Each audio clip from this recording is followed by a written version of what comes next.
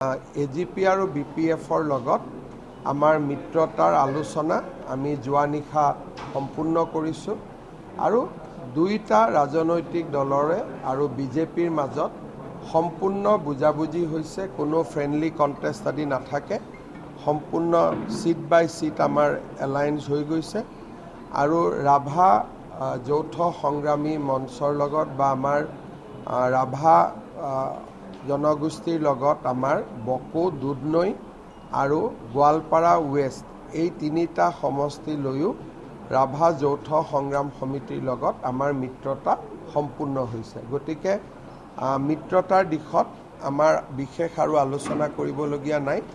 মাত্ৰ নতুন দিল্লীৰ পৰা অনুমোদন পালেই আমি বিজেপি আনুষ্ঠানিকভাৱে ইয়াক ঘোষণা কৰিব পাৰিব। এজিপি আৰু বিপিএফ দলে কোৱাত কোনো আপত্তি নাই, কাৰণ তেওঁলোকে যিহেতু তেওঁলোকৰ নেতৃত্ব অসমতে থাকে। ডিটেইলছ তেওঁলোকে মোটামুটি আপোনালোকক কিছু কথা তেওঁলোকে সময় সুবিধা লৈ ক'ব পাৰিব, কিন্তু মই তেওঁলোকক অনুৰোধ কৰিছোঁ যে ছিটবিলাকৰ নাম এতিয়া ক'ব নালাগে, যেতিয়ালৈকে নেকি আমি দিল্লীৰ পৰা অনুমোদন নাপাওঁ। এনেই মোটামুটি কোৱাত কোনো আপত্তি। সংখ্যাটো অসম গণ পৰিষদৰ লগত যোৱাবাৰৰ সমানে এটা দুটা আগপিছ কৰি আমাৰ হৈ গৈছে। বিশেষ আমিও প্ৰেছাৰ পোৱা নাই, অসুবিধা পোৱা নাই আৰু তেওঁলোককো আমি কষ্ট দিয়া নাই।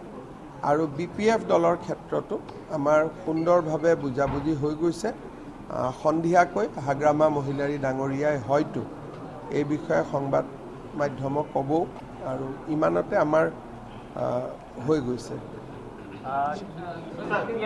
এজিপি আৰু বিপিএফৰ লগত আমাৰ মিত্ৰতাৰ আলোচনা আমি যোৱা নিশা সম্পূৰ্ণ কৰিছোঁ আৰু দুইটা ৰাজনৈতিক দলৰে আৰু বিজেপিৰ মাজত সম্পূৰ্ণ বুজাবুজি হৈছে। কোনো ফ্ৰেণ্ডলি কণ্টেষ্ট আদি নাথাকে, সম্পূৰ্ণ চিট বাই চিট আমাৰ এলায়েন্স হৈ গৈছে আৰু ৰাভা যৌথ সংগ্ৰামী মঞ্চৰ লগত বা আমাৰ ৰাভা জনগোষ্ঠীৰ লগত আমাৰ বকো, দুধনৈ আৰু গোৱালপাৰা ৱেষ্ট এই তিনিটা সমষ্টি লৈও ৰাভা যৌথ সংগ্ৰাম সমিতিৰ লগত আমাৰ মিত্ৰতা সম্পূৰ্ণ হৈছে। গতিকে মিত্ৰতাৰ দিশত আমাৰ বিশেষ আৰু আলোচনা কৰিবলগীয়া নাই। মাত্ৰ নতুন দিল্লীৰ পৰা অনুমোদন পালেই আমি বিজেপি আনুষ্ঠানিকভাৱে ইয়াক ঘোষণা কৰিব পাৰিব। এজিপি আৰু বিপিএফ দলে কোৱাত কোনো আপত্তি নাই, কাৰণ তেওঁলোকে যিহেতু তেওঁলোকৰ নেতৃত্ব অসমতে থাকে।